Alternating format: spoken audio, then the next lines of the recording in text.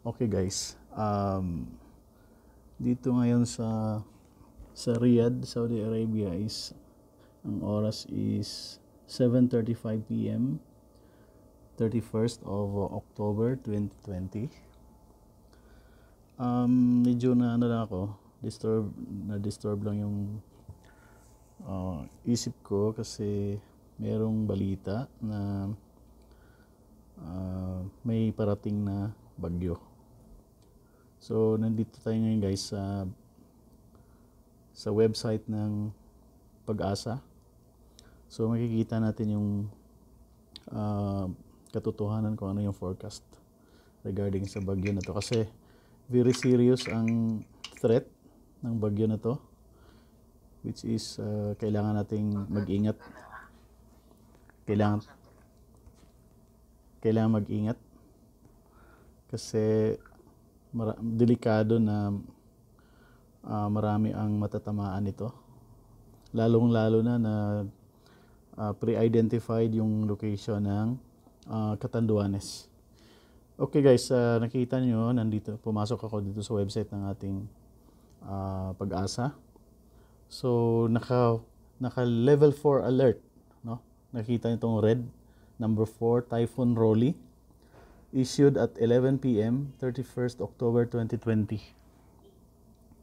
So, now guys, i-click natin ito at makikita natin kung ano yung data na para sa atin. Napaka-useful nitong website na to guys sa ating Pag-asa kasi makikita natin yung pinaka-latest talaga na balita. Hindi lang natin kailangang marinig sa mga anong tawag itong malalaking mga stream media, kundi tayo na mismo pwedeng pumunta directly sa Pag-asa website. Ito naman ay galing sa government natin. So guys, Typhoon Rolly. So ito yung sinasabing napakalakas guys, no?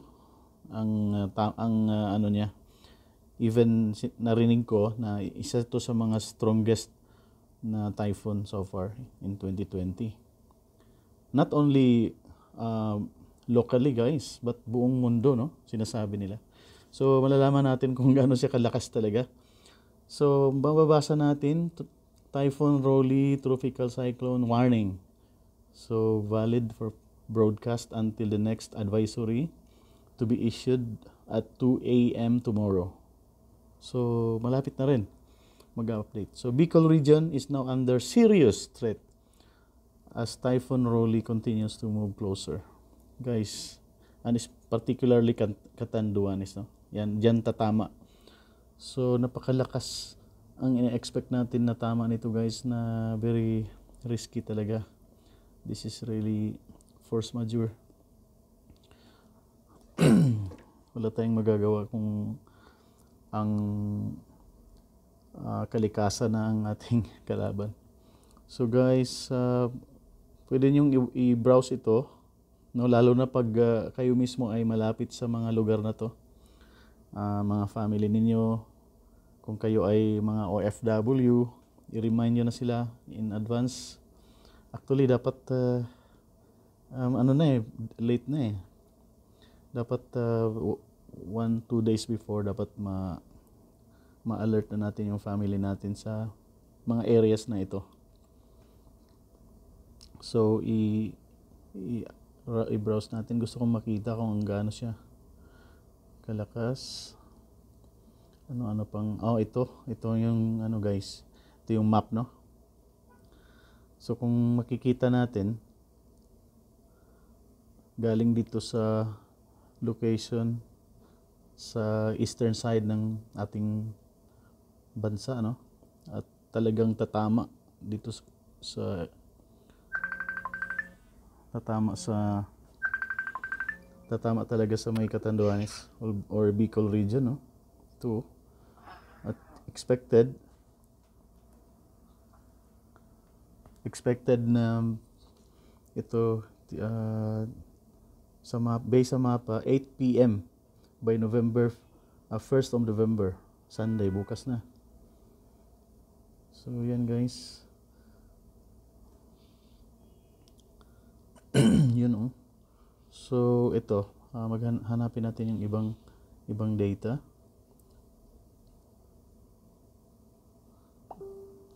Okay.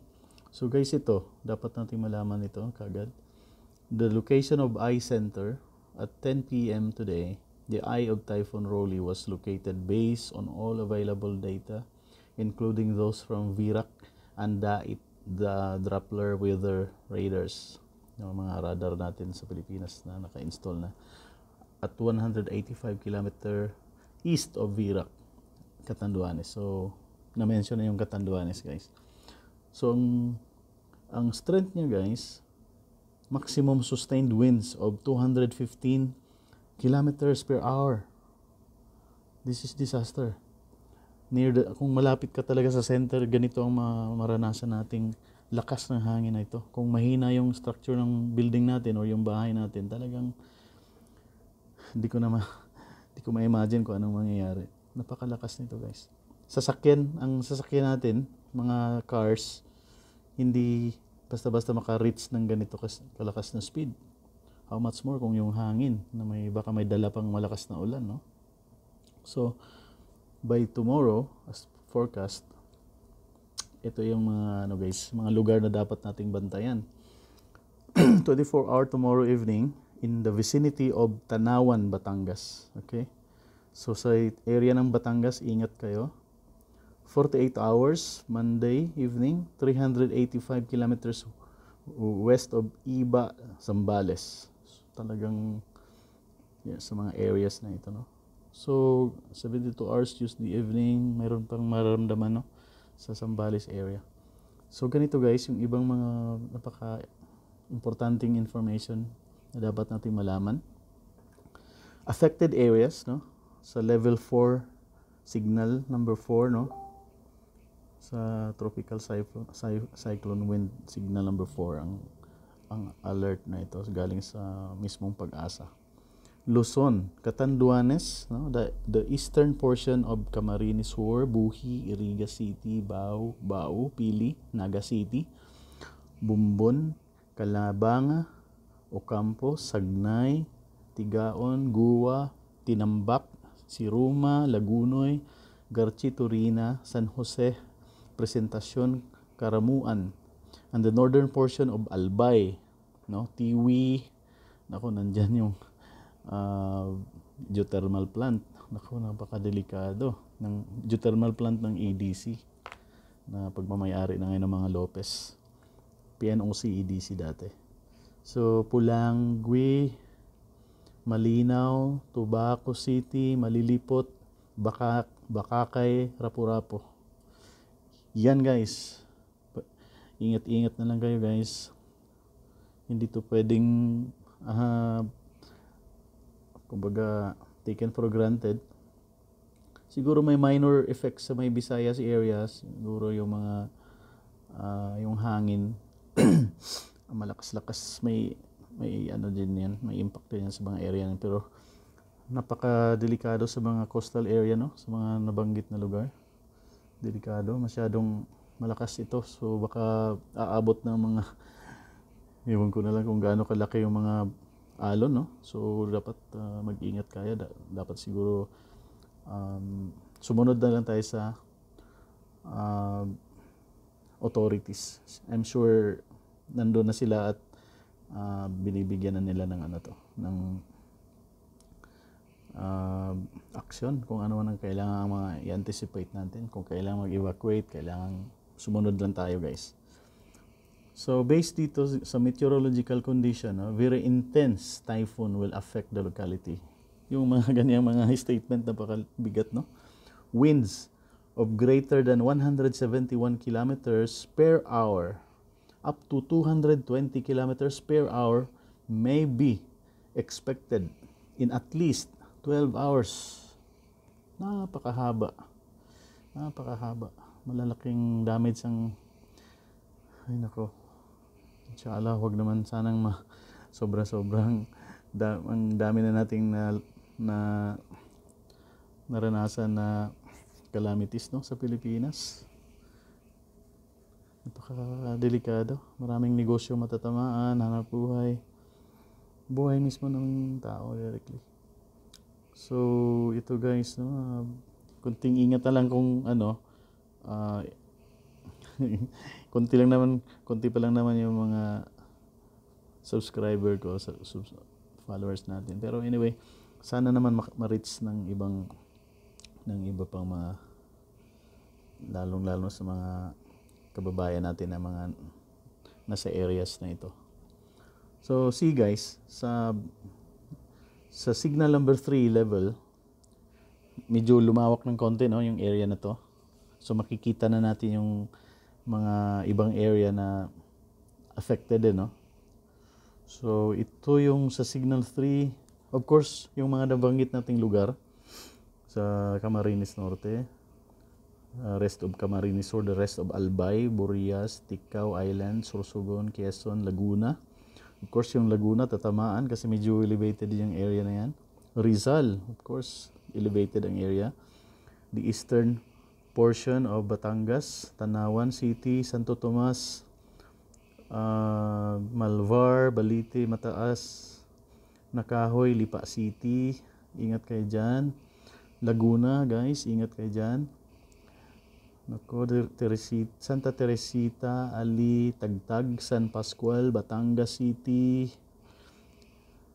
San Jose, Ibaan, Taysan, Lobo, Padre Garcia, Rosario, San Juan. Marinduque,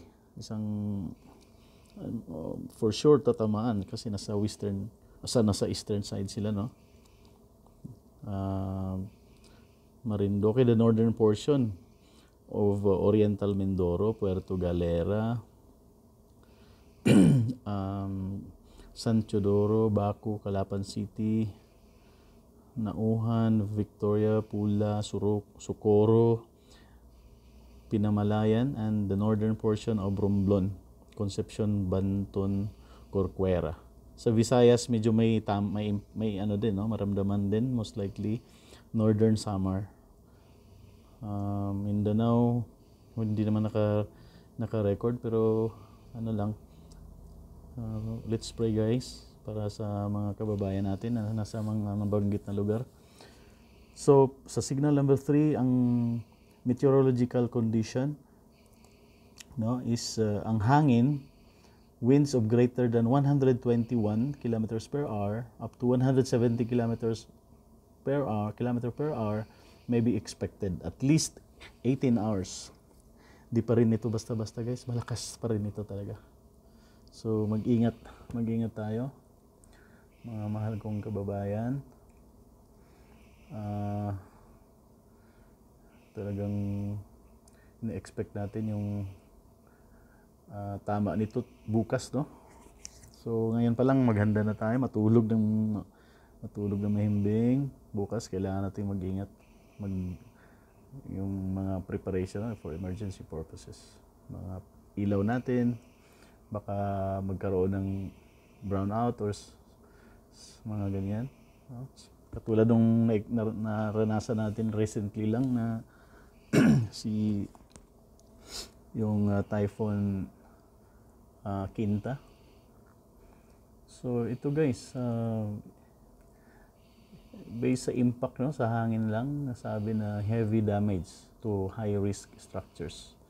So yung mga medyo mahina na mga structures like mga made of wooden, so or composite materials like yung mga roofing natin is light materials lang. Talagang kayang tanggalin ang 170 kilometers per hour guys. So light damage to low risk structures, increasing damage up to more than 50% to all dilapidated residential structures and houses of light materials.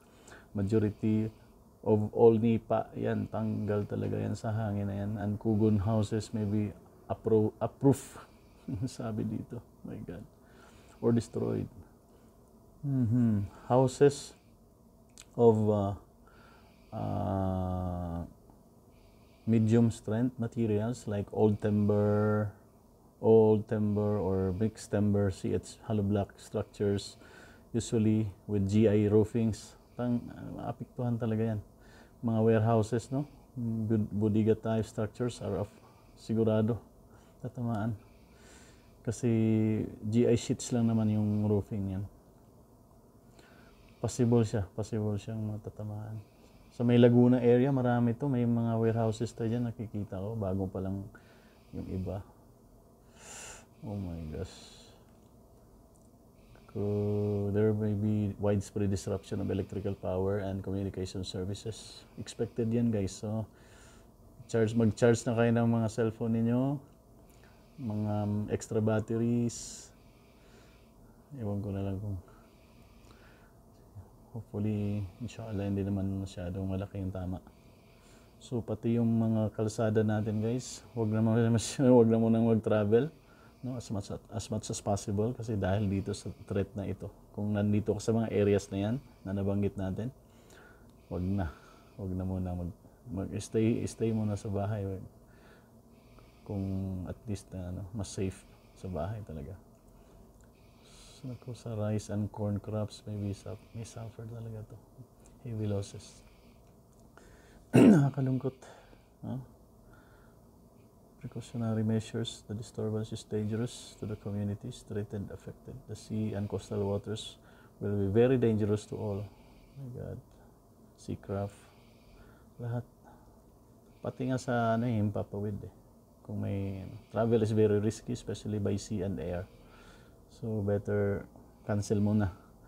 Hintayin muna natin, guys, yung So, kahit sa signal number 2, so, mas makikita natin na pati Visayas, guys, marami siyang mga maapektuhan sa hangin, no? Maramdaman talaga kasi kahit sa Visayas area, yung speed ng hangin, no? Winds of greater than 61 up to 120 kilometers per hour may be expected at least 24 hours, guys. So, ganyan siya kalawak ng coverage ng na to. So guys, ganun na lang, no? Please tingnan nyo na lang mismo yung ating website sa pag-asa.dust.gov.ph. At least makikita niyo yung latest, no? Inshallah, pray lang tayo na tayo ay manatiling ligtas para din sa lahat ng nating mga kababayan. Ingat lang, ha? Ingat. Guys, maraming salamat. Medyo mahaba napahaba yung yung vlog. Naghahanap ako ng means kung paano siya ma-vlog, so pwede naman pala dito sa screen record sa cellphone ko. Okay, that's all, guys. So ingat sa family ko diyan sa Laguna area, Batangas, mga kaibigan. Ingat kayo diyan. At maraming salamat, guys, sa inyong panonood. Paki-share na lang or mag-like or comment na lang sa video na to. Kung ano ang inyong mga message na gusto niyo parating sa akin habang ako ay nandito sa Riyadh, Saudi Arabia. Maraming salamat. Ingat kayong lahat. And God bless. Bye.